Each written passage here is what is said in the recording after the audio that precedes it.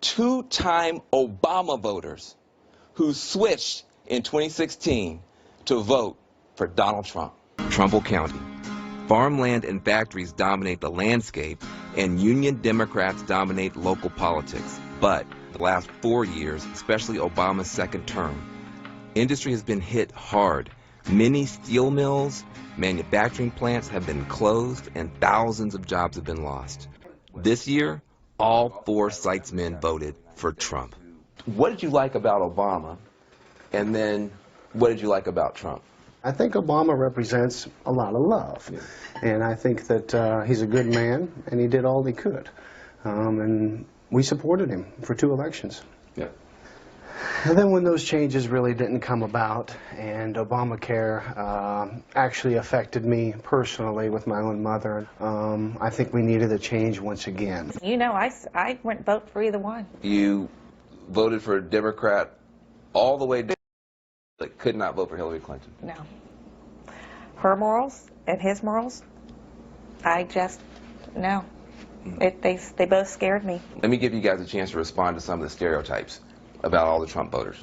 All the Trump voters hate the Mexicans, they hate Muslims, they don't like black people, they're just, all of his explosive kind of racial talk was what really got everybody going. One of my jobs is helping counseling individuals recovering from drug and alcohol addictions, and I'm just going by the statistics at my location.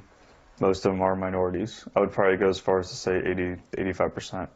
So, you know, if that were the case, and if I was racist, then I just don't believe that I'd be very good at my job. But I'm not the stereotype that individuals think we are. So how does a billionaire, I mean, you guys are serious, like the working class backbone of America and the industrial heartland. We put Democrats in office, and she turned around and forgot completely about us. We built the tanks and bombs that won these countries' wars, and for you to come through here and completely neglect us, we would have rather vote for anybody instead of her. And all the other stuff that Donald said didn't seem to make a hill of beans. She hurt us, and that's what it is. Please welcome Dorinda and Scott Sites, right here, all the way from Ohio. Beautiful. What do you hope people who are watching, people who are in this room, can learn from you, from your family, and your experience so far? You have enlightened us as well. We hope that the bleeding can actually stop in our area. The Rust Belt area is filled with United Auto Workers, United Steel Workers, and everything trickles down from that.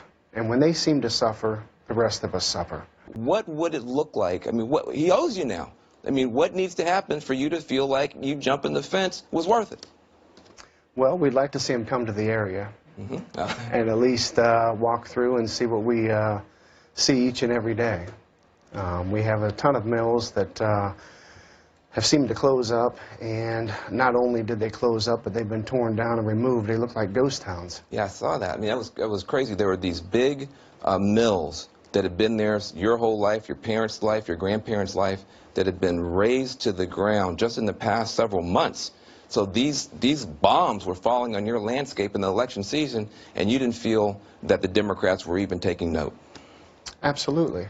We feel that they came through and paid close attention to the special interest and completely forgot about us. She scared me. Donald scared me. So my morals could not allow me to work. Like I told you, she did her job in making me not want to vote for Trump. All those scary things about what he says.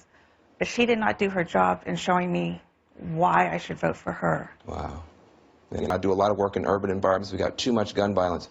But when you hear something about guns and the Second Amendment, you think about meat in your freezer. Tell us about that. When we get a downturn in the economy, we need to still feed our families. And when they talk about the Second Amendment or taking our guns away, that's exactly what we think of all the time that we have hunting together and as a family. And we go out and we harvest and we put food in in the freezer, and when we get slow at work, we still have food to feed our families, and that's most important to us. We need to put food on the table. No, first of all, I don't think Hillary Clinton wants to take those hunting rifles, but I don't think people understand it's an economic issue for a lot of people.